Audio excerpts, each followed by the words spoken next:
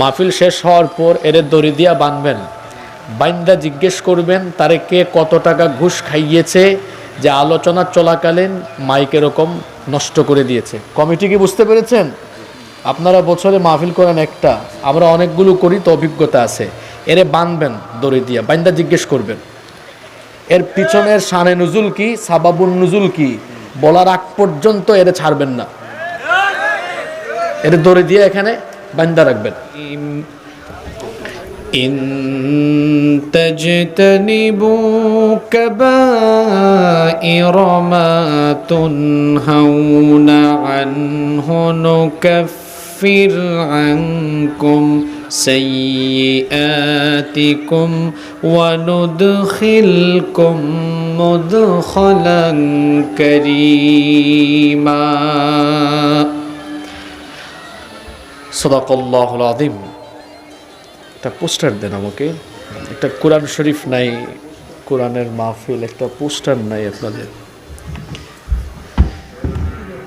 এসো কোরআনের ছায়া তলে সমবেত হই, এসো কোরআনের ছায়া তলে সমবেত হই, এসো আল্লাহ রাসূলের অনুগত হই, এসো কোরআনের ছায়া তলে সমবেত হই। সাউন্ডের অপারেটর, মাইকের অবস্থা কেন?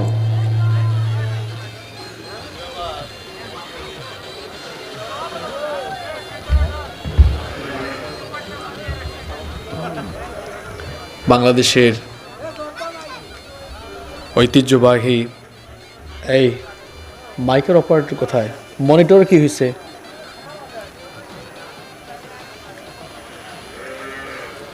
বাংলাদেশের ঐতিহ্যবাহী ঝিনাইদহ জেলার শৈলকুপা উপজেলায় অবস্থিত শেখপাড়া যুব সমাজের উদ্যোগে আয়োজিত আজকের এই 13তম বার্ষিক তাফসিরুল কোরআন মাহফিলের মোহতারাম শ্রদ্ধাভাজন সভাপতি বিশিষ্ট ব্যবসায়ী জনাব আলহাজ মোহাম্মদ হাকিম মোল্লা আতালাল্লাহু উমরাহু ওয়া বারাকাল্লাহু ফি হায়াতিহি, আমরা সবাই বলি আমিন। মাহফিলে বক্তব্য রেখেছেন মাওলানা হাফিজ আওসাফুর রহমান, আরও যারা কথা বলছেন, আল্লাহ সকলকে হায়াতান তাইয়্যিবা সিহহাতান কুল্লিয়া দান করে দেন, আমরা সবাই বলি আমিন। উপস্থিত হযরত উলামা-য়ে কেরাম, আমার সামনে বসা অত্র এলাকা, পার্শ্ববর্তী এবং দূরদূরান্ত এলাকা থেকে আগত আল্লাহর দিন প্রেমী, কোরআন প্রেমী, সর্বস্তরের তাওহীদি জনতা,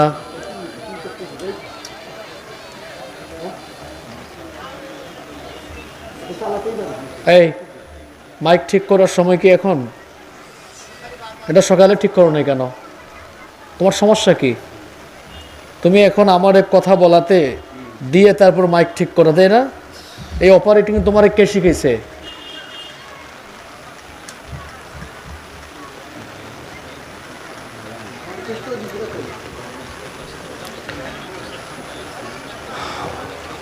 উপস্থিত সম্মানিত কোরআন প্রেমিক সর্বস্তরের জনতা, আপনারা সবাই কেমন আছেন? আলহামদুলিল্লাহ। আমাদের সবাইকে সুস্থতার সাথে বাঁচিয়ে রেখে আজকের এই সুন্দর, বরকতময়, নান্দনিক এবং জান্নাতি এই আয়োজনে আমাদেরকে শামিল হওয়ার তৌফিক যিনি দান করেছেন, গলার আওয়াজ বড় করে সবাই বলেন তো তিনি কে? আল্লাহ। সেই মহান রবের দরবারে হৃদয়ের সবটুকু ভালোবাসা, আবেগ, অনুভূতিকে উজাড় করে দিয়ে খুশি মনে প্রাণবন্ত আওয়াজে উচ্চ কণ্ঠে কালিমাতুশ শুকর আদায় করে আমরা সকলেই পড়ছি আলহামদুলিল্লাহ। দুরুদ এবং সালাম পেশ করছি সর্বকালের, সর্বযুগের সর্বশ্রেষ্ঠ মহামানব নবিয়ুনা। মাহফিল শেষ হওয়ার পর এর দড়ি দিয়া বাঁধবেন, বাইন্দা জিজ্ঞেস করবেন তারে কে কত টাকা ঘুষ খাইয়েছে যে আলোচনা চলাকালীন মাইক এরকম নষ্ট করে দিয়েছে। কমিটি কি বুঝতে পেরেছেন? আপনারা বছরে মাহফিল করেন একটা, আমরা অনেকগুলো করি তো অভিজ্ঞতা আছে। এরে বাঁধবেন দড়ি দিয়া, বাইন্দা জিজ্ঞেস করবেন এর পিছনের শানে নুজুল কি, সাবাবুন নুজুল কি বলার আগ পর্যন্ত এরে ছাড়বেন না, এর দড়ি দিয়ে এখানে বাঁধা রাখবেন। কষ্ট পেয়েছেন আমার কথায়? আচ্ছা আপনারা বলেন তো, একটা মাহফিল যখন শুরু হয় তখন কি মাইক ঠিক করার সময়? আপনারা আমাকে বলেন, তখন কি মানুষ সাউন্ড ঠিক করে? অত সাউন্ড ঠিক করার কথা সকালবেলা বা দুপুরবেলা আশেপাশে শিক্ষা প্রতিষ্ঠান আছে, বিশ্ববিদ্যালয় আছে, ঠিক করে বন্ধ রেখে দিবে। যখন প্রোগ্রাম শুরু হওয়ার কথা তখন সে প্রোগ্রামের জন্য মাইকটা আবার অন করে দিবে। ও ঠিক করতেছে, ওই যে মাইক লাগায় ঠিক করে না কিছু মানুষ, 1 2 3 4 5, ও আমারে 1 2 3 4 5-এ লাগাইছে আর ও মাইক ঠিক করতেছে। চিন্তা করেন তো ব্যাপারটা।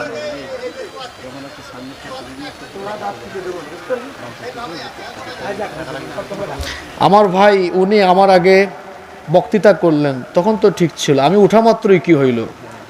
এই জন্যই বলছে সাবাবুন নজুল বের করবেন আপনারা। এতক্ষণ ঠিক ছিল, ওঠার পরে কি হয়ে গেল? সম্মানিত উপস্থিতি, এই যে দাঁড়িয়ে আছেন, কষ্ট করছেন বৃষ্টির মধ্যে, এখানে বসলে আরামেই বসবেন, বসে যান। অল্প কিছু সময় আমরা আল্লাহর কোরআন থেকে কথা শুনবো ইনশাআল্লাহ। সম্মানিত উপস্থিতি, এই পৃথিবীতে আমাদেরকে যিনি পাঠিয়েছেন, গলার আওয়াজ বড় করে সবাই বলেন তো তিনি কে? আল্লাহ তাআলা আমাদেরকে দুনিয়ায় পাঠিয়ে দিয়েছেন, আর এই দুনিয়াতে আমাদের জীবন পরিচালনার জন্য আল্লাহ তাআলা চূড়ান্ত একটি গাইডলাইন দিয়েছেন, সেটার নাম হচ্ছে কোরআনুল কারীম। এটি আমাদের জীবন পরিচালনার চূড়ান্ত গাইডলাইন। আমরা কি বলবো, কি বলবো না, কি করব, কি করব না, কি খাবো, কি খাবো না, কোথায় যাব, কোথায় যাব না, সব কিছুর ইনস্ট্রাকশন, সব কিছুর দিক নির্দেশনা এই কোরআনে কারীমের ভেতরে আছে না নাই? সব কিছুর দিক নির্দেশনা, সীমারেখা এই কোরআনে কারীমে সুস্পষ্ট করে বলে দেওয়া আছে। এই সীমারেখা যারা লঙ্ঘন করে তাদেরকে বলা হয় সীমালঙ্ঘনকারী। তারা হলো পাপী, তারা হলো গুনাহগার। আর মানুষ যত গুনাহ করে, এই গুনাহগুলো দুই ভাগে বিভক্ত। আউয়ালান কাবাইর ওয়া থানিয়ান সগাইর, কবিরা গুনাহ এবং সগীরা গুনাহ। গুনাহ কিন্তু গুনাই, সেটা ছোট হোক আর বড় হোক। তাহলে কবিরা আর সগীরা গুনাহের মধ্যে পার্থক্য কি? পার্থক্য হলো, ইসলামী শরীয়তে কবিরা গুনাহের চূড়ান্ত শাস্তি হলো জাহান্নাম। কবিরা গুনাহে লিপ্ত ব্যক্তি যদি তওবা না করে দুনিয়া থেকে বিদায় হয়, তাহলে তার চূড়ান্ত শাস্তি হলো জাহান্নাম। আর যে ব্যক্তি কবিরা গুনাহে লিপ্ত, তার কোনো নেক আমল কবুল হয় না। কবিরা গুনাহে লিপ্ত ব্যক্তির উপরে আল্লাহ, ফেরেশতা, এমনকি নবী রাসূলগণ লানত করেন। আর যে ব্যক্তি কবিরা গুনাহে লিপ্ত থাকে, সেই ব্যক্তি ঈমান থেকে খারিজ হয়ে যায়, ধীরে ধীরে দিনদারিতা থেকে সে বিচ্ছিন্ন হয়ে যায়।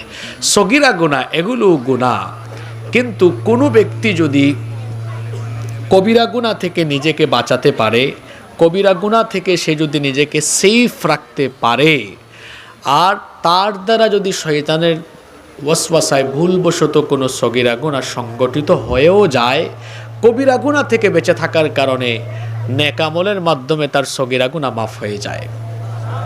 সুবহানাল্লাহ পড়বেন না? কবিরা গুনাহ থেকে বেঁচে থাকলে কি গুনাহ মাফ হয়? বলেন, কি গুনাহ মাফ হয়? কবিরা গুনাহ থেকে যদি বেঁচে থাকা যায়, নেক আমলের মাধ্যমে সগীরা গুনাহও মাফ হয়ে যায়। এরা কি বলবো বলেন? এটা কি বলা উচিত? আরে আপনারা বলেন, এটা কি বলা উচিত? আপনারা বলেন, তারে কি বলা উচিত? আপনারা বলেন। এমনিতেই সময় আমাদের শর্ট, এই সময়টা আমরা কাজে লাগাবো। আমি খুতবা পর্যন্ত শর্ট করে দিয়েছি যাতে আমি বেশি কথা বলতে পারি।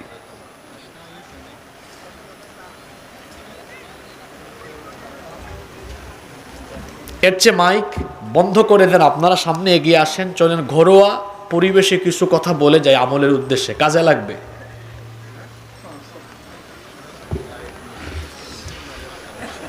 সম্মানিত উপস্থিতি, বলছিলাম যে কবিরা গুনাহ থেকে বেঁচে থাকলে নেক আমলের মাধ্যমে সগীরা গুনাহ মাফ করে দেন কে? এটা তো আমার বানানো কথা নয়। কবিরা গুনাহ থেকে যদি কোনো ব্যক্তি নিজেকে সেফ রাখতে পারে, তাহলে নেক আমলের মাধ্যমে আল্লাহ তার সগীরা গুনাহগুলো মাফ করে দেন। কোরআনে কারীমের 4 নম্বর সূরা সূরাতুন নিসা-এর 31 নম্বর আয়াতে রব্বুল আলামিন বলতে, আমি হা করি, ঢুকাই দাও এটা আমার। এইসব ব্যাককলদেরকে আপনারা কোন জায়গা থেকে নিয়ে আসছেন? আচ্ছা আপনারা বলেন তো আমাকে, মাইক যদি আমার মুখের ভিতরে ঢুকাই দেওয়া লাগে তাহলে এটা দেওয়ার কোনো প্রয়োজন আছে? সে সাউন্ড ওখানে অপারেট না করে তার মাইক্রোফোন আমার দিকে ঢুকাই দিচ্ছে এসে। কি জাতের ব্যাককল টেককল এখানে আসছে? সাউন্ড সিস্টেম ভালো থাকলে তো ওইটা 2 হাত দূরে থাকলেও সাউন্ড ক্যাচ করে নেয়। মাইক্রোফোন তো ভালো, সেটা তো আমি অস্বীকার করছি না। তোমার অপারেটিং ভালো না কেন? তুমি কারিগরি জানো না? তোমার মালিক তোমাকে এখানে পাঠাইছে কেন? যে পারে তাকে পাঠাবে এখানে, তুমি আসছো কেন?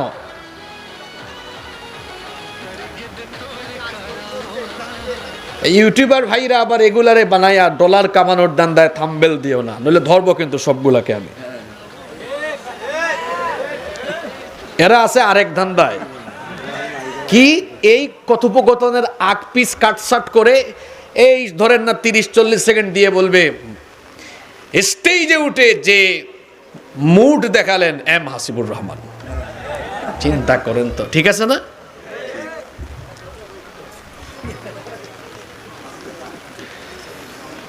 আস্তাগফিরুল্লাহ ইন্নাল্লাহা গফুরুর রহিম। কোথায় ছিলাম মনে আছে আপনাদের? এত সুন্দর একটা টপিক ধরেছি, সব সে আউলা জাউলা করে দিয়েছে। ব্যাককলের ব্যাককল। সম্মানিত উপস্থিতি, আমার সাথে বলেন আস্তাগফিরুল্লাহ, বলেন আস্তাগফিরুল্লাহ ইন্নাল্লাহা গফুরুর রহিম। ভাই এটা একটু খুলে দেন। আস্তাগফিরুল্লাহ ইন্নাল্লাহা গফুরুর রহিম। বলছিলাম কবিরা গুনাহ থেকে আপনি যদি নিজেকে মুক্ত রাখতে পারেন, সগীরা গুনাহগুলো মাফ করে দিবেন কে? কোরআনুল কারীমের 4 নম্বর সূরা সূরাতুন নিসা এর 31 নম্বর আয়াতে রব্বুল আলামিন বলছেন, ইন তাজতানিবু কাবাইরা মা তুনহাউনা আনহু নুকাফির আনকুম সাইয়্যাতিকুম ওয়া নুদখিলকুম মুদখালান কারীমা। তোমাদেরকে যে গুনাহ থেকে নিষেধ করা হয়েছে, সেই সকল কবিরা গুনাহ থেকে যদি তোমরা বিরত থাকতে পারো, নুকাফির আনকুম সাইয়্যাতিকুম, তোমাদের গুনাহ যিনি ক্ষমা করে দিবেন তিনি কে? শুধু তিনি তোমাদের অন্যান্য গুনাহ ক্ষমা করবেন না, তার পাশাপাশি ওয়ানুদখিলকুম মুদখালান কারীমা, তিনি তোমাদেরকে সম্মানিত স্থান, সম্মানিত জায়গা, অর্থাৎ তার সীমাহীন অফুরন্ত নেয়ামতের জায়গা, জান্নাতের মেহমান বানিয়ে দিবেন। তাহলে বোঝা গেল আপনার অন্যান্য গুনাহ মাফ হবে যদি কবিরা গুনাহ থেকে বিরত থাকতে পারেন। আচ্ছা, নেক আমলের মাধ্যমে যে সগীরা গুনাহ মাফ হয়, এরকম অনেক হাদিস আছে না? কোনো ব্যক্তি যখন ওযু সম্পাদন করে, ওযুর মাধ্যমে তার সগীরা গুনাহগুলো মাফ হয়ে যেতে থাকে। বান্দা যখন ওযুর পানি তার অঙ্গ প্রত্যঙ্গে ব্যবহার করে, ওযুর পানি অঙ্গ প্রত্যঙ্গ গড়িয়ে গড়িয়ে যখন পড়ে, ওযুর পানির সাথে অঙ্গ প্রত্যঙ্গগুলোর সগীরা গুনাহ জড়ে যেতে থাকে। আবার যে ব্যক্তি 5 ওয়াক্তের নামাজ যথাযথ আদায় করে, এর মাধ্যমেও বান্দার সগীরা গুনাহ মাফ হয়। যেমন বুখারীর হাদিসে এসেছে, আল্লাহর নবী বলেছেন, আস-সালাওয়াতুল খামসু ওয়াল জুমআতু ইলাল জুমআতি কাফফারাতুল লিমা বাইনাহুন্না মা লাম তাগশিল কাবাইর। কবিরা গুনাহ থেকে বেঁচে থেকে কোনো ব্যক্তি যদি প্রতিদিন 5 ওয়াক্ত নামাজ যথাযথভাবে আদায় করে, সে যদি এক জুমা থেকে নিয়ে পরবর্তী জুমা পর্যন্ত পুরো সপ্তাহের নামাজের হেফাজত করতে পারে, তাহলে তার দ্বারা যদি অন্যান্য সগীরা গুনাহ হয়েও যায়, 5 ওয়াক্ত নামাজের আমলের কারণে তার সগীরা গুনাহ যিনি মাফ করে দিবেন তিনি কে? সগীরা গুনাহ নেক আমলে মাফ হয়। যেমন আরেকটি হাদিস, দুরূদ হলো একটি লাভজনক আমল।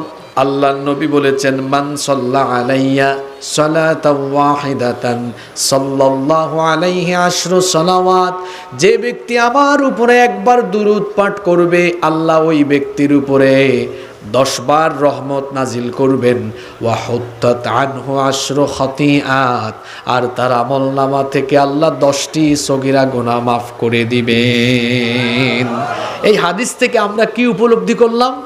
যে আমরা কবিরা গুনাহ থেকে বেঁচে থাকলে আমাদের নেক আমলের মাধ্যমে সগীরা গুনাহ যিনি মাফ করে দিবেন, জোরে বলেন তো তিনি কে? তাহলে যে গুনাহ থেকে অবশ্যই বেঁচে থাকতে হবে, যে গুনাহ থেকে বেঁচে থাকলে আল্লাহর মাফ ক্ষমা পাওয়ার সম্ভাবনা আছে, সেই গুনার নাম কি? জোরে বলেন, সেই গুনার নাম কি? এখন তো কথা বেরোয় না, একটু পরে কি করবেন? যখন একদম আপনার সাথে কমন পড়বে সবগুলা কথা, এখনই কথা বলেন না। কোন গুনাহ থেকে বেঁচে থাকতে হবে? তাহলে ক্ষমা পাওয়ার সম্ভাবনা, নইলে কোনো সম্ভাবনা নাই। আজকে আমি এমন কয়েকটা কবিরা গুনার কথা এখানে বলবো যেগুলো আমাদের সমাজে দৃশ্যমান, হর হামেশা মানুষ এগুলোতে যুক্ত হয়ে যাচ্ছে। কবিরা গুনাহের মধ্যে সবচেয়ে বড় কবিরা গুনাহ কোনটা? আকবারুল কাবাইরি আশশিরকু বিল্লাহ। সবচেয়ে বড় কবিরা গুনাহ হলো আল্লাহর সাথে শিরক করা। What do you mean by শিরক? আপনি শিরক বলতে কি বুঝেন? শিরক হচ্ছে আল্লাহর একত্ববাদ, তার নাম বা গুণাবলিতে, তার ইবাদত বা তার সার্বভৌম ক্ষমতার মধ্যে অন্য কাউকে আল্লাহর সাথে সমকক্ষ হিসেবে সাব্যস্ত করা, মানে হলো আল্লাহর সাথে শিরক করা। শিরকে যে ব্যক্তি লিপ্ত হয়, আমার দিকে তাকান, প্রথম যে পয়েন্টটা ধরলাম আপনাদের এলাকার সাথে মিলবে এগুলা। শিরকে যে ব্যক্তি লিপ্ত হয় তার জন্য ভয়াবহ পরিণাম হলো 3টা। কথা বুঝে থাকলে বলেন, শিরকে লিপ্ত ব্যক্তির পরিণতি, ভয়াবহ পরিণতি কয়টা? আস্তে বলবেন না, জোরে বলেন, কয়টা? যে ব্যক্তি শিরকে লিপ্ত হয়ে যায় তার 3টা ভয়াবহ ক্ষতি আছে। নাম্বার 1, 1 নাম্বার হলো যেই ব্যক্তি আল্লাহর সাথে কোনোভাবে শিরক করবে ওই ব্যক্তি আল্লাহর ক্ষমা থেকে বঞ্চিত হয়ে যাবে। কোরআনুল কারীমের 4 নম্বর সূরা সূরাতুন নিসা এর 48 নম্বর আয়াতে রব্বুল আলামিন বলছেন, ইন্নাল্লাহা লা ইয়াগফিরু আন ইউশরাকা বিহি ওয়া ইয়াগফিরু মা দুনা যালিকা লিমান ইয়াশা ওয়া মান ইউশরিক বিল্লাহি ফাকাদ ইফতারা ইসমান আযীমা। আল্লাহ তাআলা বলছেন, নিশ্চয়ই যে ব্যক্তি শিরক করে আল্লাহ তার ওই গুনাহ ক্ষমা করেন না, শিরকের গুনাহ ছাড়া অন্যান্য যে কোনো গুনাহ তিনি চাইলে ক্ষমা করে দিতে পারেন। যে ব্যক্তি আল্লাহর সাথে শিরক করে সে ব্যক্তি মহা জঘন্য অপরাধে লিপ্ত হয়ে গেল। তাহলে আয়াত থেকে বোঝা গেল যে ব্যক্তি আল্লাহর সাথে শিরক করে সে আল্লাহর ক্ষমা থেকে বঞ্চিত। জোরে বলেন তো, কি থেকে বঞ্চিত? 2 নম্বর, যে ব্যক্তি শিরকে লিপ্ত হয়ে যায় তার সকল নেক আমল বরবাদ হয়ে যায়, সকল নেক আমল বাতিল হয়ে যায়। কোরআনে কারীমের 39 নম্বর সূরা সূরাতুজ জুমারের 65 নম্বর আয়াতে রব্বুল আলামিন বলছেন, ওয়ালাকাদ উহিয়া ইলাইকা ওয়া ইলাল্লাযীনা মিন ক্বাবলিকা লাইন আশরাকতা লায়াহবাতান্না আমালুকা ওয়া লাতাকুনান্না মিনাল খাসিরিন। আল্লাহ তাআলা বলছেন, আর অবশ্যই আমি আপনার প্রতি এবং আপনার পূর্ববর্তীদের প্রতি একই রকমের ওয়াহি, একই রকমের প্রত্যাদেশ করেছি। যদি তারা আমার সাথে শিরক করে তাহলে তাদের সকল নেক আমল যিনি বাতিল করে দিবেন তিনি কে? কি শুনতেছেন? একটু পরে তো প্রশ্ন উত্তরের মাধ্যমে জবাব নিব। বুট খাওয়া বাদাম খাওয়া বুঝাই দিব তখন। এখানে বসছেন, মনোযোগ দিয়ে শোনেন। ক্লাসের ভালো ছাত্র সে কি ক্লাসের বাহিরে মনোযোগী হয়? জোরে বলেন তো। পয়েন্ট ওয়াইজ কথা চলছে, এগুলো শোনেন। নাম্বার 3, শিরকে যে ব্যক্তি লিপ্ত হয় তার জন্য ভয়াবহ ক্ষতি হলো তার জন্য জান্নাত আল্লাহ হারাম করে দেন এবং তার জন্য জাহান্নামকে অবধারিত করে যিনি দিয়েছেন, জোরে বলেন তিনি কে? কোরআনে কারীমের 5 নম্বর সূরা সূরাতুল মাইদা এর 72 নম্বর আয়াতে রব্বুল আলামিন বলছেন, ইন্নাহু মান ইউশরিক বিল্লাহি ফাকাদ হারামাল্লাহু আলাইহিল জান্নাতা ওয়া মা'ওয়াহুন নার ওয়া মা লিয-যালিমিনা মিন আনসার। নিশ্চয়ই যে ব্যক্তি আল্লাহর সাথে শিরক করে আল্লাহ তার জন্য জান্নাত হারাম করে দিয়েছেন এবং জাহান্নাম তার জন্য অবধারিত করে দিয়েছেন। এই আয়াত থেকে আমরা যা বুঝতে পারলাম, শিরকে লিপ্ত ব্যক্তির জন্য ক্ষতি হলো 3টা। দেখি তো এবার কি শুনছেন, সবক নেই, একটু হোমওয়ার্ক আদায় করে নেই, প্রমাণ হয়ে যাবে কি শুনতেছি আমরা। শিরকে লিপ্ত ব্যক্তির ক্ষতি হলো মোট কয়টা? 1 নাম্বার, ওই ব্যক্তি আল্লাহর কি থেকে বঞ্চিত? জোরে বলেন, আল্লাহর ক্ষমা থেকে বঞ্চিত। 2 নাম্বার, ওই ব্যক্তির কি বাতিল হয়ে যায়? সব নেক আমল বাতিল। 3 নাম্বার হলো ওই ব্যক্তির জন্য কি ওয়াজিব হয়ে যায়? তাহলে দেখেন কত গুরুত্বপূর্ণ, কত ডেঞ্জারাস কথা। 1 নাম্বার, আল্লাহর ক্ষমা ওই ব্যক্তি পাবে না।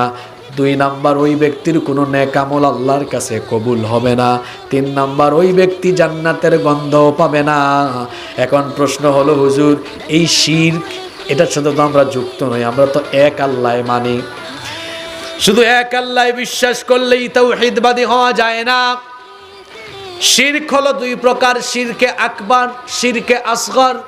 আবার তাওহীদের বৈপরীত্যের দিক থেকে শিরক হলো 3 প্রকার। আশ-শিরক ফিত তাওহীদ, আশ-শিরক ফিল আসমাই ওয়াস সিফাত, আশ-শিরক ফিল ইবাদাহ। আমার দেশে কথনে, বলনে, চলনে, উঠা বসা, চলাফেরায়, আকীদা বিশ্বাসে মানুষ এমন ভাবে আজ শিরকে লিপ্ত, একেবারে ব্যক্তি থেকে নিয়ে আপনার রাষ্ট্র পর্যন্ত আজকে সকল সেক্টরে আল্লাহর সাথে শিরক হয়। আশ্চর্যের ব্যাপার হলো, আমার দেশে 90% মুসলমান হওয়া সত্ত্বেও বেশিরভাগের তাওহীদের কোনো জ্ঞান নাই, শিরকের কোনো জ্ঞান নাই। তাওহীদ আর শিরকের ব্যাপারে যার জ্ঞান নাই, তার ঈমান সব সময় রিস্কের ভেতরে থাকার সম্ভাবনা আছে। আপনার তো বিশ্ববিদ্যালয় এলাকার মানুষ, পাশেই ইসলামী বিশ্ববিদ্যালয়, বিশ্ববিদ্যালয়ের ছাত্র শিক্ষক সবাই মিলে এই জন্য এই এলাকায় তাওহীদ আর শিরকের ব্যাপারে মানুষকে সচেতন করতে হবে। কারণ আমার দেশের বেশিরভাগ মানুষের তাওহীদের কোনো জ্ঞান। কিভাবে মানুষ শিরক করছে দেখেন, সমাজে প্রচলিত কয়েকটা শিরকের কথা আমি বলি। আল্লাহ ছাড়া অন্য কেউ গায়েব জানে, গায়েবী ক্ষমতা অন্য কারো আছে, এটা বিশ্বাস করা হলো আল্লাহর সাথে শিরক করা। জাদু টুনা, বান মারা, এই সকল কাজে লিপ্ত হওয়া আল্লাহর সাথে শিরক করা। কারণ জাদুবিদ্যা হলো শয়তানি বিদ্যা, এগুলোতে যারা বিশ্বাস করে, এগুলোতে যারা সম্পৃক্ত হয়, গ্রামে গঞ্জে অনেকেই দেখা যায় একজন আরেকজনকে জাদু করায়, বান মারায়, এগুলোতে যারা সম্পৃক্ত এদের কোনো ঈমান থাকে। তারপরে অনেকে আছে মাজার ধোয়া পানি পান করে, গোসল শরীফ, কবরে গোসল শরীফ হয়, মাজার ধোয়া পানি পান করে। আর আমার দেশে এমন আবুল তাবুল মাজার আছে, আপনি হাসতে হাসতে শেষ হয়ে যাবেন। আপনাদের পাশের ডিস্ট্রিক্ট এই রাজবাড়িতে দেখবেন একটা মাজার আছে, জামাই পাগল বাবার দরবার আছে না? দেখবেন রাজবাড়ির সদরে। আমি গত বছর এটা দেখে আমি ছবি তুলে আমার ফেসবুক পেজে দিয়ে বললাম, আমি রাজবাড়িতে জামাই পাগল বাবার দরবার পেয়েছি, এখানে কি বউ পাগল বাংলাদেশে কেউ আছে নাকি? 5 মিনিটের মাথায় মুন্সিগঞ্জের গজারিয়া থেকে একজন ছবি সহ পোস্ট করে বলেছে, কই হুজুর আমার এলাকায় বউ মস্তানের মাজার আছে। কি মস্তান? আমি তো চট্টগ্রামে থাকি, জানেন আপনারা, ওখানে সীতাকুণ্ডে এক মাজার আছে, হযরত মিয়া ডাইল চাউল রহমতুল্লাহ আলাইহি মাজার। আমি যদি ভুল বলে থাকি গুগল শরীফে এখনই সার্চ দেন। আরো শুনবেন, চট্টগ্রামে আছে ল্যাংটা বাবার দরবার। সব সময় কি থাকে? ল্যাংটা থাকে। যার সতর ঠিক নাই অত পীর হতে পারে না, ও নিজে একটা ভণ্ড, তার সাথে যারা থাকে তারাও ভণ্ড। তারপরে আরেক মাজার আছে, আপনারা গুগল শরীফে এগুলো সার্চ দিবেন, ছবি সহ আসবে। চট্টগ্রামে আছে বদনাশার মাজার, আছে খেতাশা, ল্যাংটাশা, বদনাশা, বুদাইশা, গেদাশা। আমি যেগুলা বলতেছি আপনি দেখেন না এগুলো পান কিনা, এরকম আছে না নাই? আপনি কি আমার কথা শুনে মনে করছেন এই হুজুর মনে হয় মারাত্মক পিরাউলিয়া বিরোধী?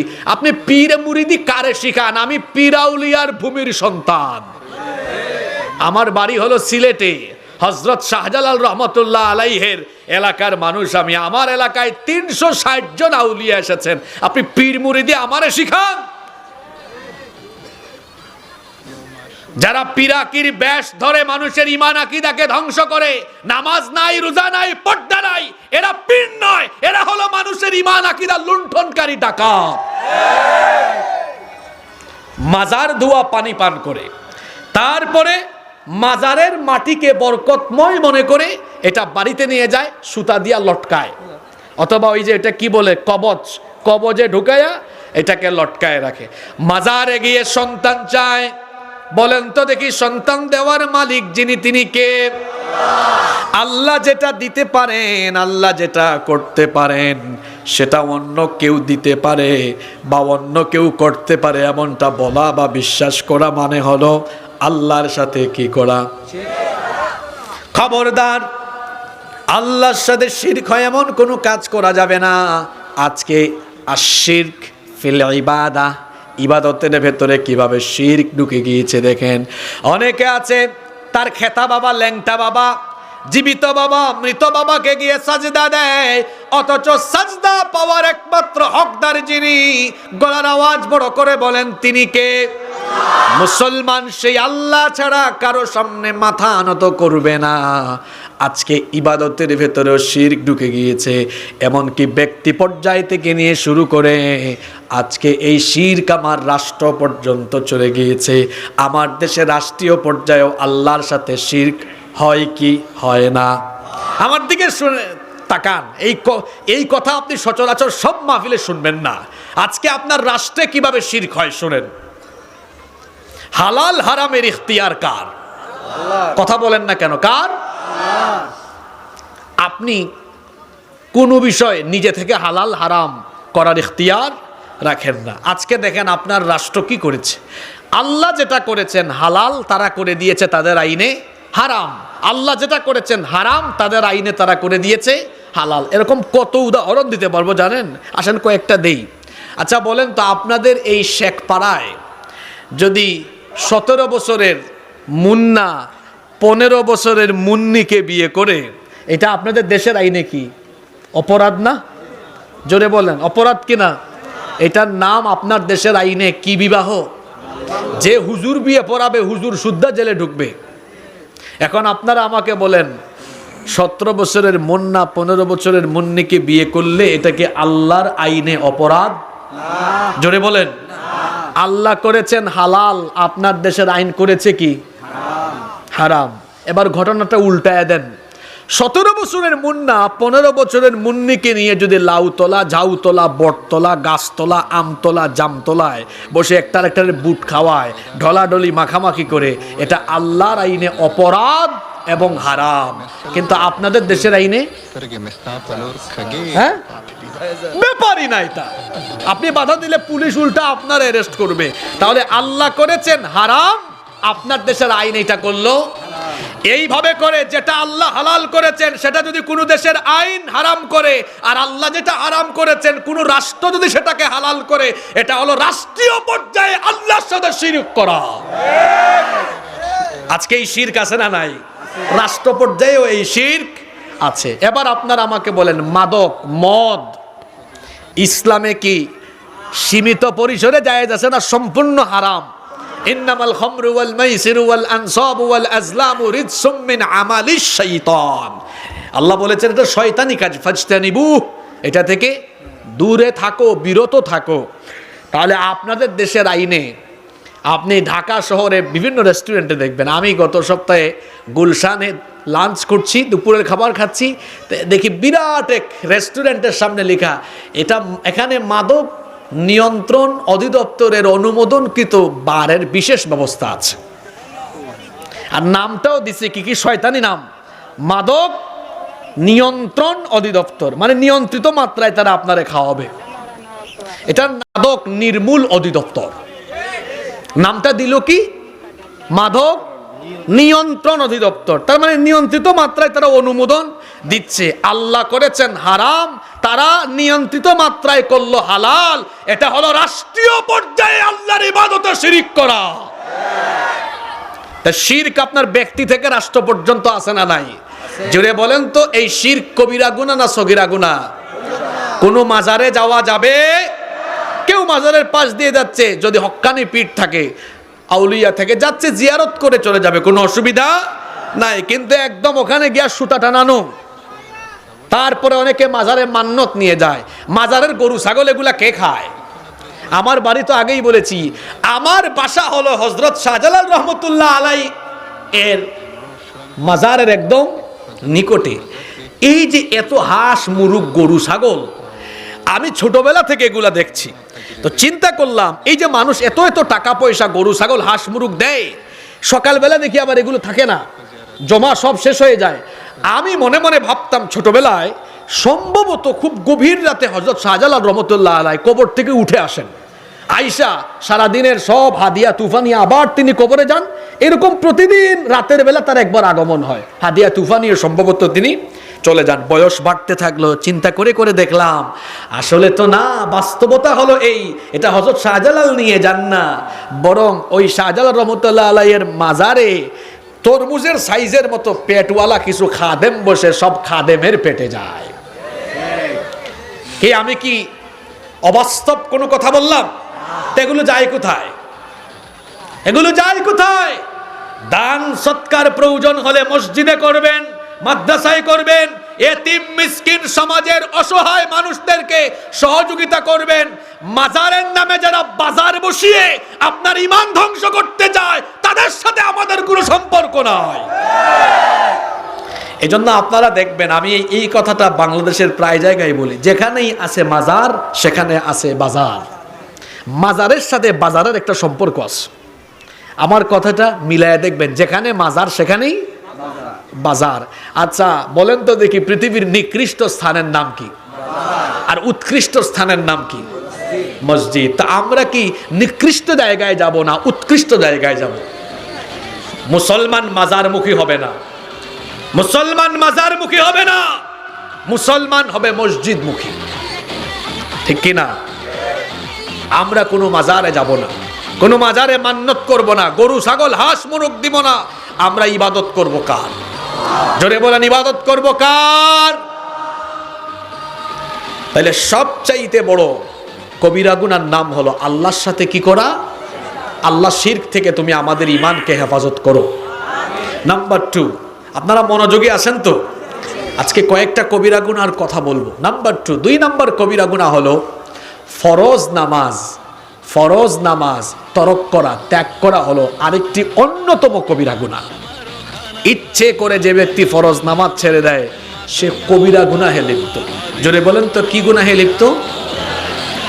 বাইনাল আবদি ওয়া বাইনাল কুফরি তারকুস সালাহ। আল্লাহর বান্দা আর কাফিরের মধ্যে পার্থক্য হলো নামাজ ছেড়ে দেওয়া। বলেছেন মুহাম্মদ, আমরা বলি সাল্লাল্লাহু।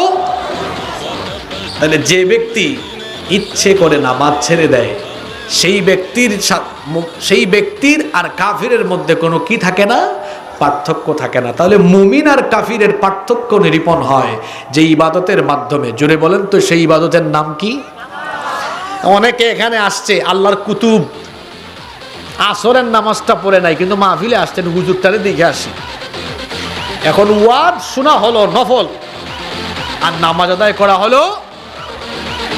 আল্লাহর হাবিব বলেছেন, লা দীনা লিমান লা সালাতা লাহু। যার জীবনে, যার মধ্যে নামাজ নাই, তার মধ্যে দিনদারিতা নাই। মান তারাকা সালাতা মুতাআম্মিদান ফাকাদ কাফারা। যে ব্যক্তি ইচ্ছে করে নামাজ ছেড়ে দিল, সেই ব্যক্তি আল্লাহর সাথে কুফরি করল। যার মধ্যে নামাজ নাই, তার মধ্যে ঈমান নাই। তার মধ্যে কি নাই? একজন একবার আমারে কয়, হুজুর কে বলছে আমার ইমান নাই? আপনি জানেন আমার বাপ আমার নাম কি রাখছে? বললাম কি? কয় আমার বাপ আমার নামই রেখে দিছে ইমান আলী। কি রাখছে? কারণ আমার দেশে বহু মানুষের নামের সাথে কামের কোনো, এক ব্যক্তির নাম তার বাপ রেখেছে ফজর আলী। ফজর আলীর ঘুম ভাঙে প্রতিদিন সকাল 10টায়, ফজর আলীর ফজর নাই। আরেকজনের নাম জুহর আলী। কে বলেন এরকম নাম আছে না? আমার নিজের গ্রামেই আছে এইসব নাম। তো জুহর আলীর জুহর নাই। আরেকজনের নাম রাখছে রমজান আলী, রমজান মাসে দুপুরবেলা গাঞ্জা টানে। আরেকজনের নাম কুরবান আলী, সামর্থ্য আছে কিপটা বেটা কুরবানি দেয় না। আর ইমান আলী হজে গিয়েছে 2-3 বার। এখন তার নামের আগে কেউ হাজি লাগালে সে বড় রাগ করে, তাই আমি কি আর হাজি আছি রে? একবার হজ করলে না তোরা আমার হাজি ডাকবি, করলাম ডবল হজ অথবা 3 বার গেলাম ট্রিপল হাজি, অন্তত আমার সম্মান দিয়ে আলহাজ ইমান আলী ডাক। নামের আগে লাগাইছে আলহাজ, নাম হলো আলহাজ ইমান আলী। তার জীবনের অবস্থা হলো এমন, ওই ব্যক্তি সুদখুর, ঘুষখুর, চাঁদাবাজ, টেন্ডারবাজ, সমাজে যত অন্যায় আছে সব করে। ইমান আলী নামে ইমান আলী হলেও কামে হলো বেঈমান আলী। এরকম আছে না আমাদের সমাজে? আচ্ছা আমার দিকে তাকান, একটা সহজ উদাহরণ দিই আপনাদের। এই রাস্তায় আল্লাহ না করুন ভয়াবহ কোনো দুর্ঘটনা ঘটলো, 4-5 জন ব্যক্তি মারাত্মকভাবে স্পট ডেথ করলেন, জায়গায় ইন্তেকাল করলেন। এখন তাদের এই অংশটা, এই যে এই অংশটা একদম এই গলা থেকে মাথা পর্যন্ত ধরেন আপনার চাকা, গাড়ির চাকা উঠে একদম থেতলে দিয়েছে।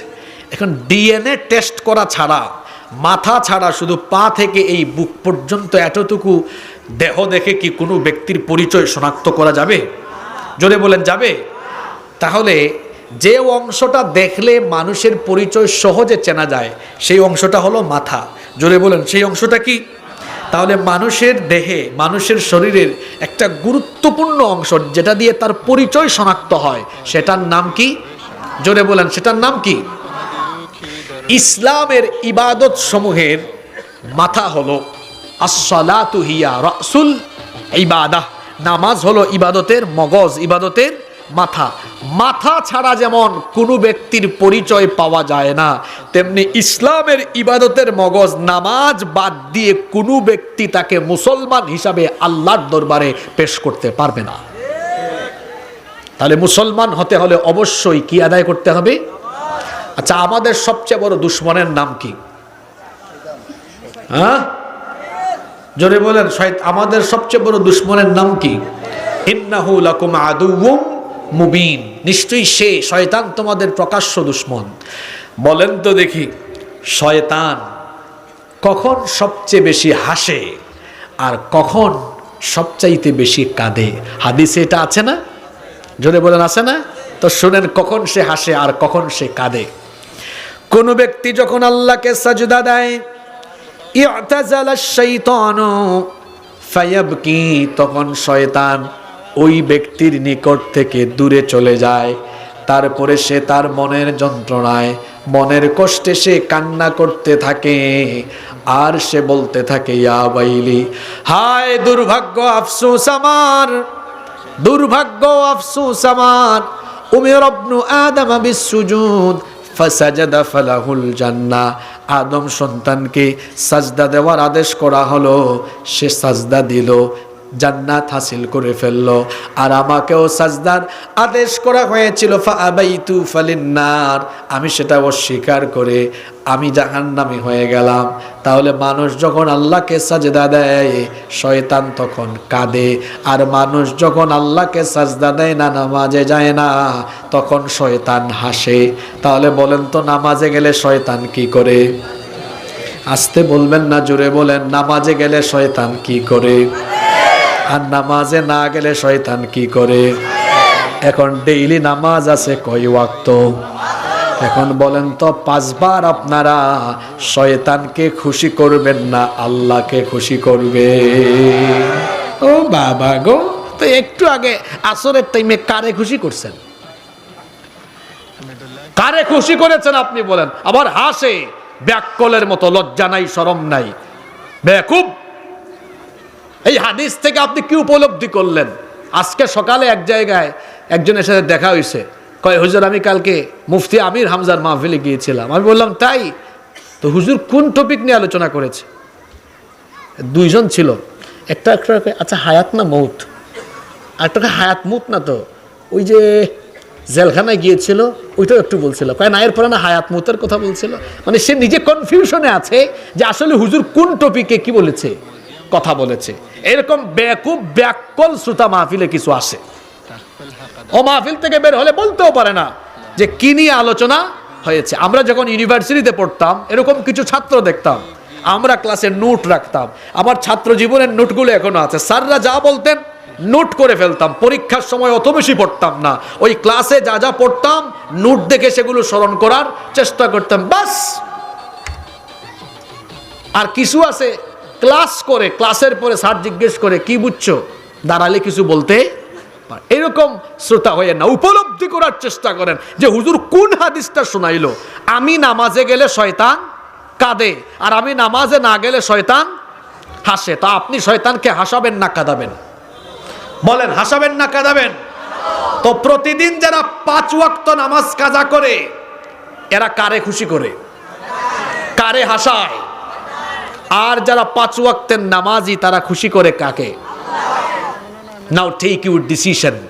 এখন আপনি সিদ্ধান্ত নেবেন, আপনি কি এই যে কিছুক্ষণ পর মাগরিবের আজান হবে, দেখা যাবে কে আল্লাহর জমিনে শয়তানের খলিফা আর কে আল্লাহর খলিফা। খলিফা আছে এই জমিনে দুই জাতের, একটা হচ্ছে খালিফাতুল্লাহ আর একটা খালিফাতুশ শয়তান। খালিফাতুশ শয়তান।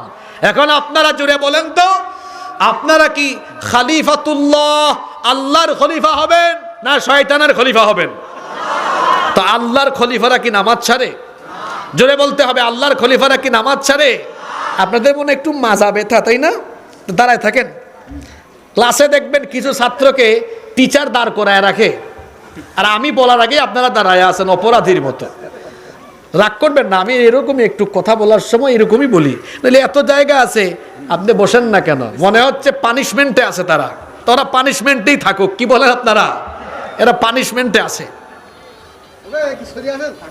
কি সুন্দর জায়গা আছে এখানে, তাও বসে না। আচ্ছা, আমরা পয়েন্ট ওয়াইজ কথা বলছি।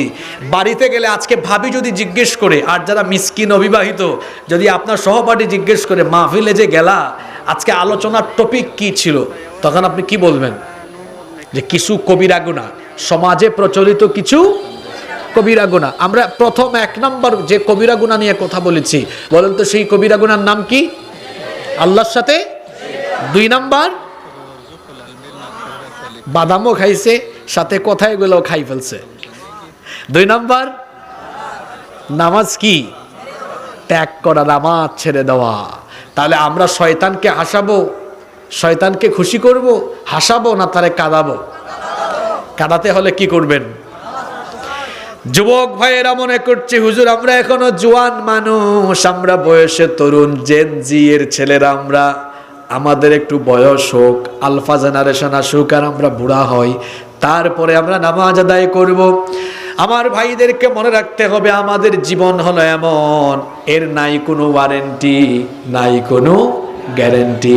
জীবন প্রদীপ যে কোনো সময় নিভে যেতে পারে। আমি আপনি বয়স্কের কাতারে নাও যেতে পারি, তার আগেই আমাদের মৌত হয়ে যেতে পারে।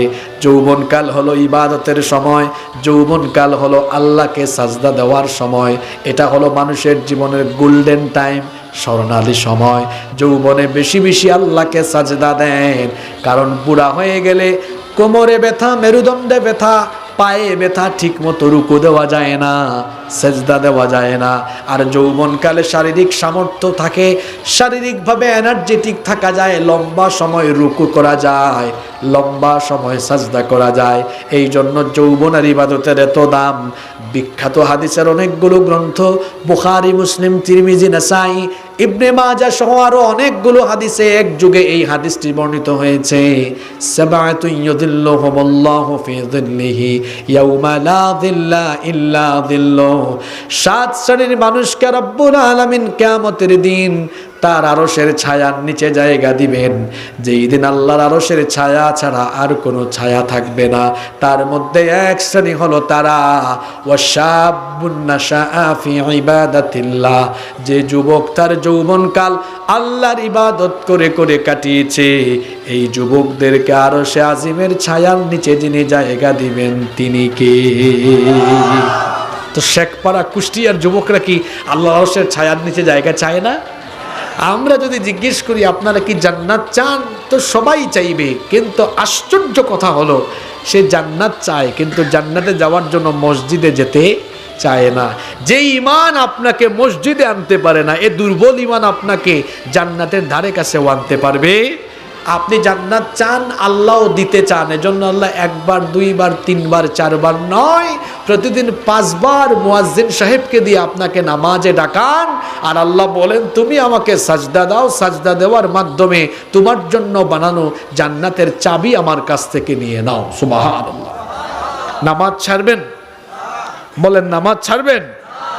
এত কথা বলার পরেও যদি ছাড়েন কি আর করবেন? এটা ইসলামী রাষ্ট্র না, রাষ্ট্র হলে তো বেত লাগাই দিতাম একদম, পিটাইয়া পিটাইয়া তারপর মসজিদে নেওয়া হইতো। এজন্য ওয়াজের পাশাপাশি কোরআনের ওয়াজ যেমন হবে ঠিক তেমনি রাষ্ট্র ব্যবস্থায় কোরআন থাকার দরকার আছে না নাই? আমি ওয়াজ করে সবাইকে নামাজি বানাতে পারবো না, সবাইকে মাদক ছাড়াতে পারবো না, কিন্তু কোরআনকে ওয়াজের মঞ্চে রাখার পাশাপাশি যদি পার্লামেন্ট, সেক্রেটারিয়েট, বঙ্গভবনে নেওয়া যায়, হুকুমতের জায়গা থেকে যখন হুকুম আসবে তখন মাইরের ঠেলায় এমনি অন্যায় বন্ধ হয়ে যাবে। আর বাঙালি যে উশৃঙ্খল, সোজা আঙ্গুলে বেশি উশৃঙ্খল, এত উশৃঙ্খলা আমাদের মধ্যে। দেখেন না আপনি বিমানে কেবিন ক্রু বা পাইলট যখন ককপিট থেকে বলে সম্মানিত যাত্রীবৃন্দ বসেন, বিমান পুরোপুরি না থামা পর্যন্ত কেউ দাঁড়াবেন না, কি আর থামবে? রানওয়েতে আসলেই তারা উঠা তাদের ব্যাগ টানাটানি আরম্ভ করে। এই হলো বাঙালি জাতি। আপনি বলবেন সোজা হয়ে দাঁড়ান, তারা বাঁকা হয়ে দাঁড়াবে। আপনি বলবেন বসেন, তারা দাঁড়ায় থাকবে। এই হলো বাঙালি জাতি। তা নামাজ ছাড়া যাবে। 3 নম্বর মারাত্মক কবিরা গুনাহ,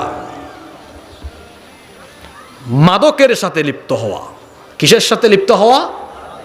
মাদক, গাঁজা খাওয়া, ইয়াবা বা মাদক জাতীয় যত ধরনের পণ্য আছে এগুলোর সাথে যে কোনো কায়দায় সম্পৃক্ত হওয়া, এটা গ্রহণ, সেবন, বিক্রি করা, এটা ক্যারি করা।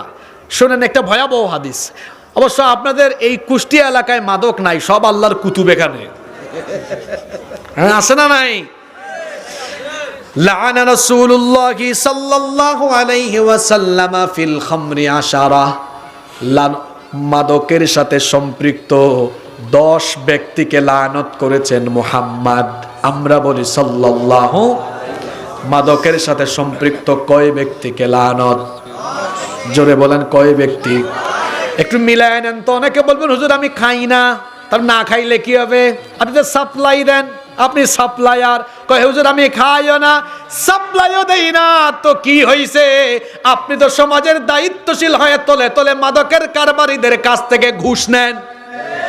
কয় হুজুর আমি ঘুষও নেই না।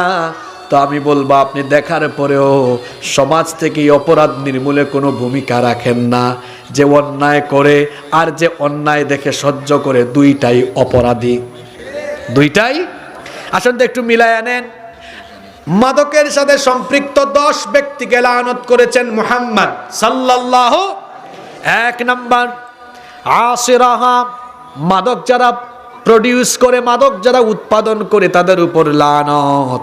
2 নাম্বার ওয়া মুতাসিরাহা, যারা মাদকের পরামর্শ দেয় কিংবা আদেশ দেয় তাদের উপরে লানত।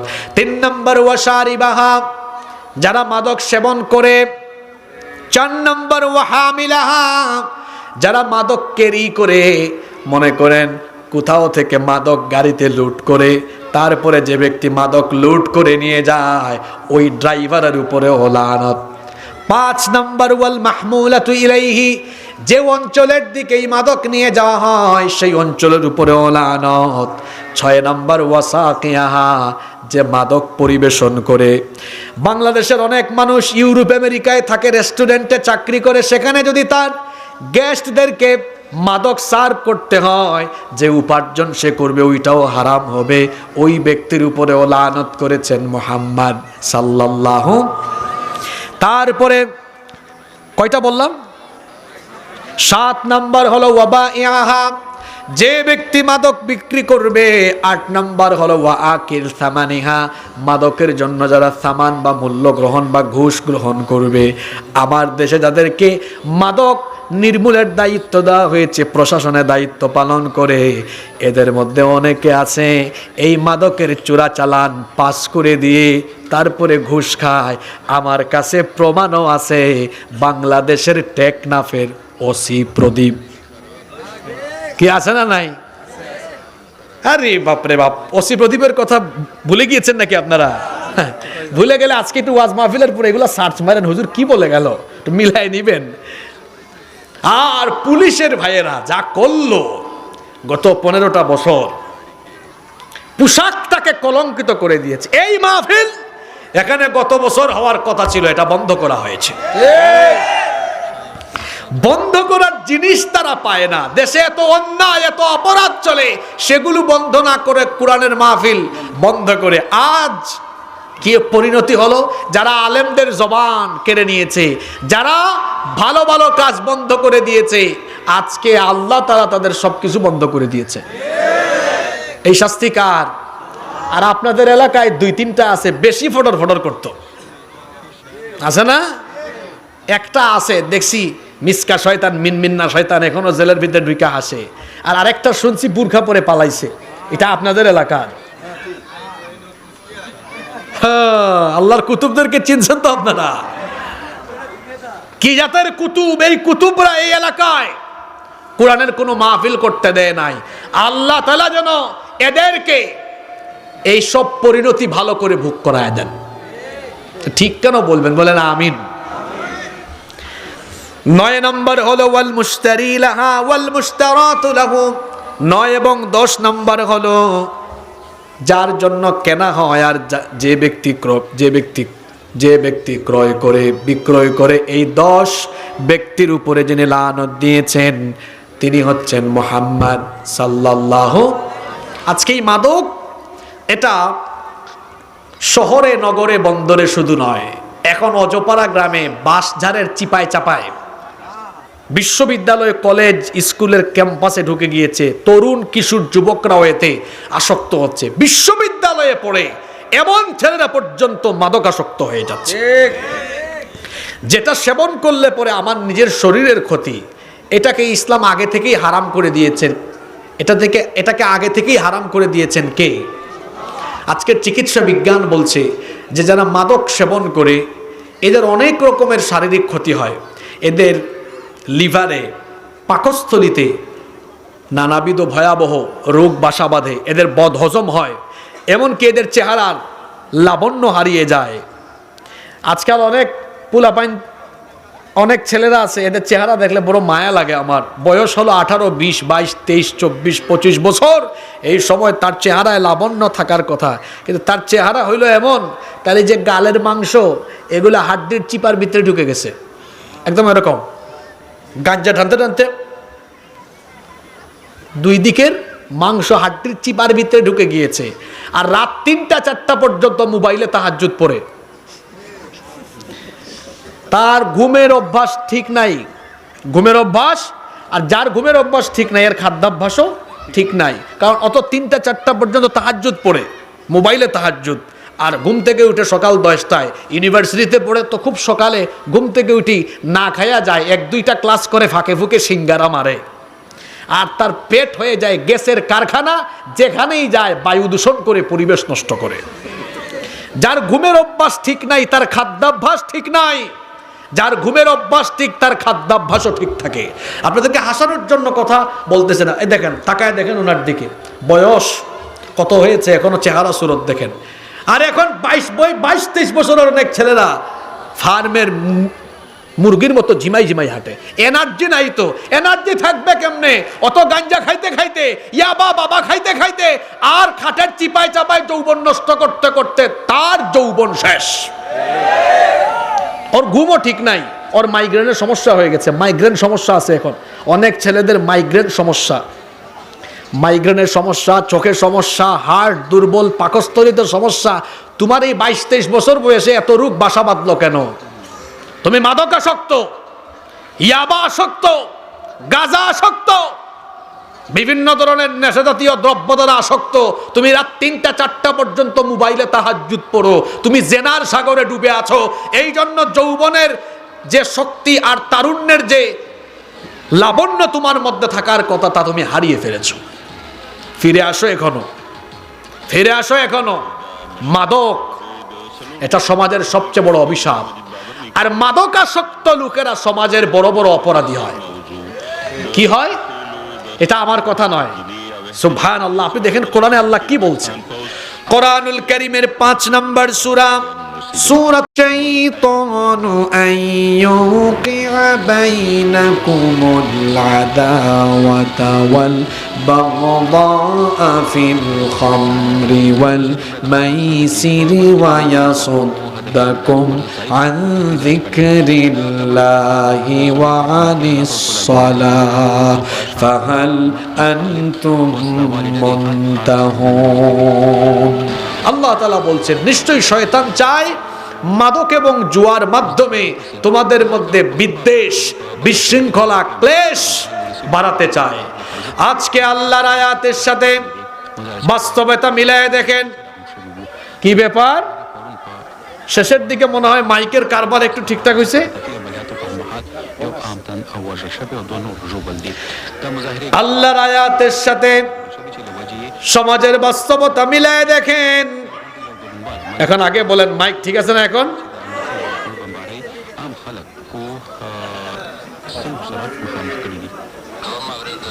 তারে ভালো করে ধরবেন। আজকে আমি যেটা বলে গেলাম, কমিটি তারে ধরবেন, জিজ্ঞাসাবাদ করবেন এর পিছনে কোনো সাবাবুন নুজুল আছে কিনা। আপনারা হাসিয়েন না, বহুত মাহফিল এরকম সাবাবুন নুজুল পাইছি বলেই বলতেছি। আল্লাহর আয়াতের সাথে আজকে সমাজের বাস্তবতা মিলিয়ে দেখেন কিভাবে মাদকাসক্ত আর জুয়ায় আসক্ত লোকদের দ্বারা সমাজে বিশৃঙ্খলা তৈরি হচ্ছে। দেখবেন মাদকাসক্ত বেশিরভাগ লোকেরাই স্ত্রী নির্যাতনকারী হয়।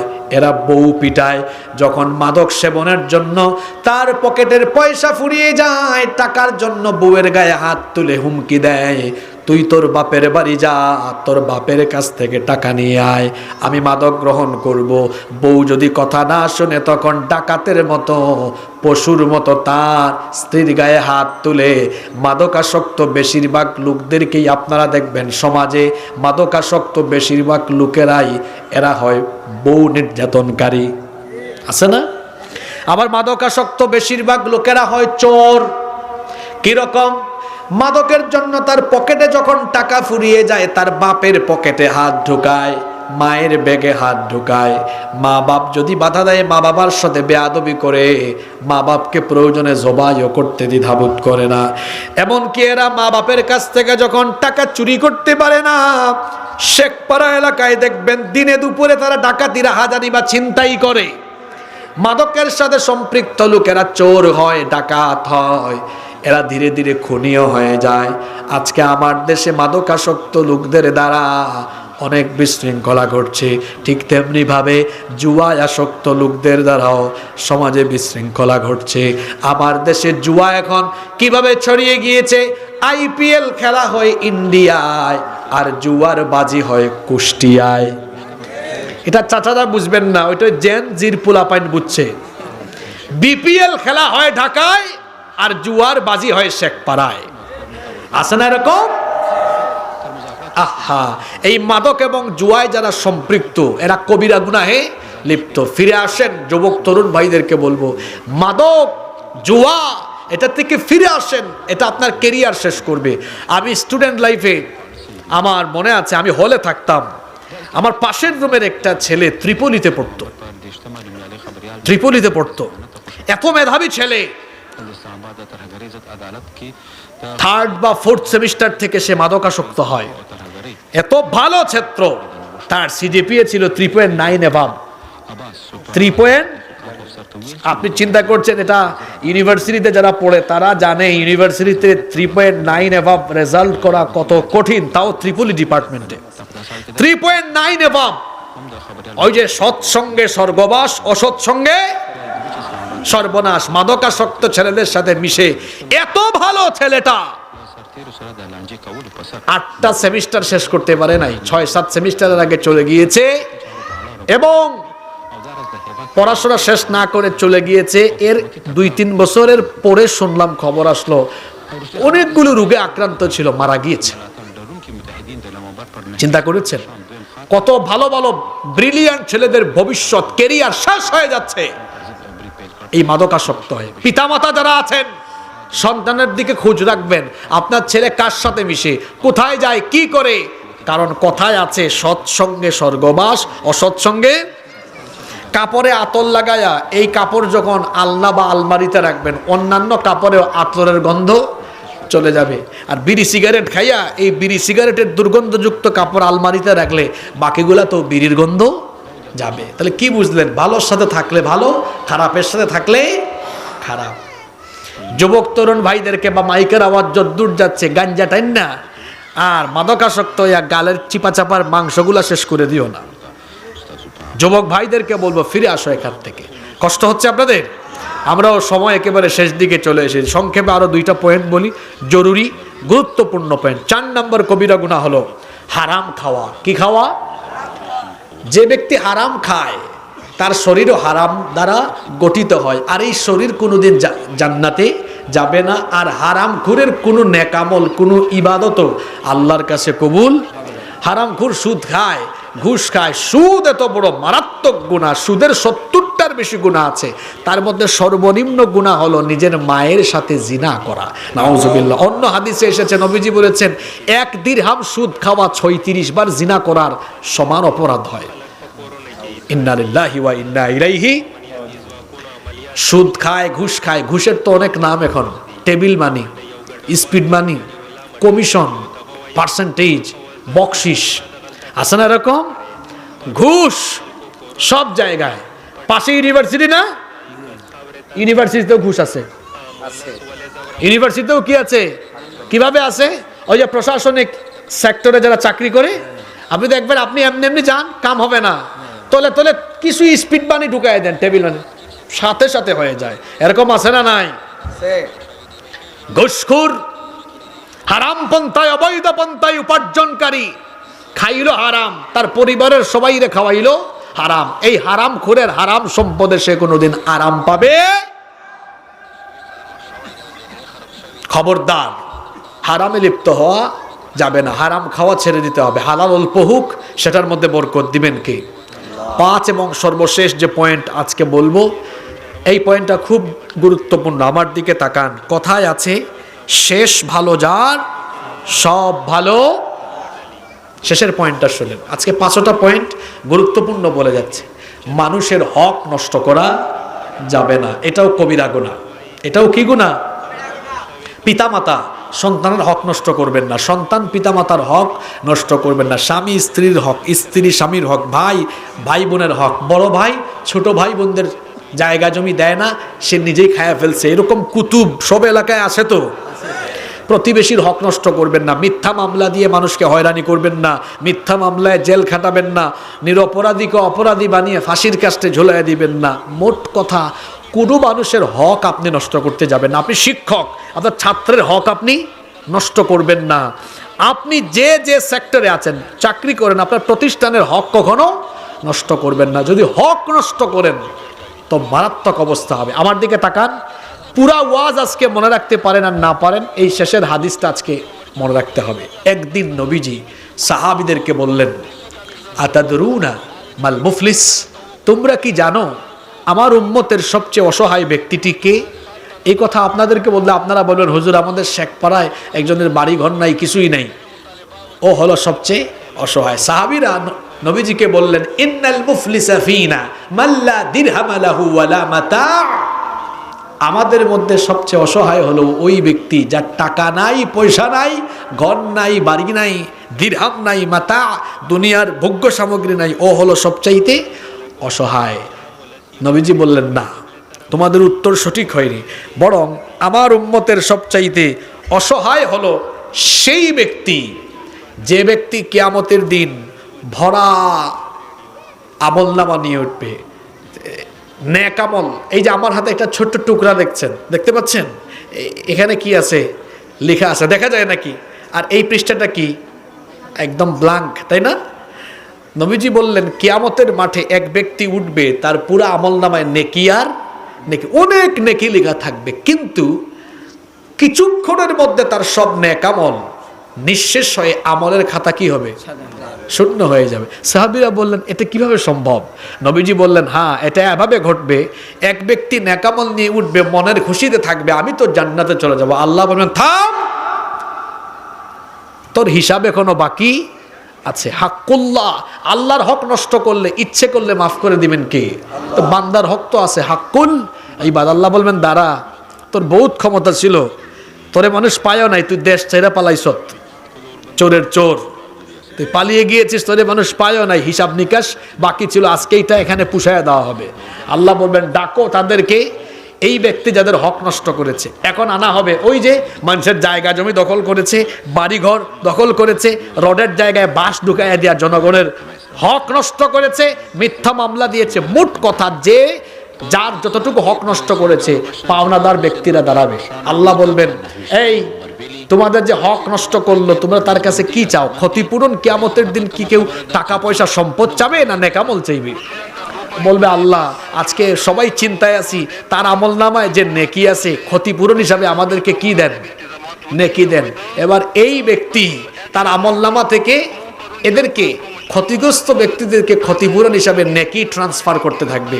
নেকি ট্রান্সফার করতে করতে দেখা যাবে তার আমল নামায় কোনো নেকি নাই, কিন্তু পাওনাদারের লাইন এখনো। নবীজি বলেছেন এইভাবে এত এত নেক আমল করেও মানুষের হক নষ্ট করার কারণে কিয়ামতের দিন যেই ব্যক্তি আমল শূন্য হয়ে জাহান্নামে যাবে সে হলো আমার উম্মতের সবচেয়ে বড় অসহায়। মানুষের হক নষ্ট করে এমন মানুষ নাই তো? মানুষ দেখেন না খুন করে ফেলে, আবার পার্লামেন্টে দাঁড়িয়ে বলে সকালবেলা উঠে যায় নামাজ খুঁজে। আরে কুতুব পাওয়া গিয়েছে নারায়ণগঞ্জে, কয় 70 রাকাত তাহাজ্জুদ পড়ে। কত রাকাত পড়ে? রাতে পড়ে 70 রাকাত তাহাজ্জুদ, ঘুম থেকে উঠে নাকি যায় নামাজ খুঁজে, আর এরপরে সারাদিন প্রশাসনের লোকদেরকে আদেশ দিয়ে দিয়ে পাখির মতো গুলি করে মানুষ হত্যা করে। কিয়ামতের দিন বান্দার হকের বিচার আরম্ভ হবে কি দিয়ে জানেন না? আউয়ালু মা ইউকদা বাইনান নাসি ফিদ দিমা, অন্যায়ভাবে রক্তপাতের যে বিচার সেটা হবে সর্বপ্রথম। তাহলে সর্বশেষ পয়েন্ট বললাম মানুষের হক নষ্ট করা যাবে। এই 5টা পয়েন্টে আজকে আমি কথা বললাম। 1, আল্লাহর সাথে শিরক করা যাবে না। 2, ফরজ নামাজ কাজা করা যাবে না। 3 কি বলেছি? মাদকের সাথে জুয়ার সাথে সম্পৃক্ত হওয়া যাবে না। 4 নাম্বার কি বললাম? হারাম খাওয়া। 5 নাম্বার মানুষের হক হাক্কুল ইবাদ নষ্ট করা। আবার বলেন 1 নাম্বার আল্লাহর সাথে শিরক করা যাবে না। 2 নাম্বার নামাজ কাজা করা। এখনই পরীক্ষা হবে, শয়তানরে হাসাবেন না কাঁদাবেন, একেবারে প্র্যাকটিক্যাল দেখা যাবে। 3 মাদক এবং জুয়ার সাথে সম্পৃক্ত হওয়া। 4 হারাম খাওয়া। 5 মানুষের হক নষ্ট করা। এই 5টা আমল করতে পারবেন তো ইনশাআল্লাহ?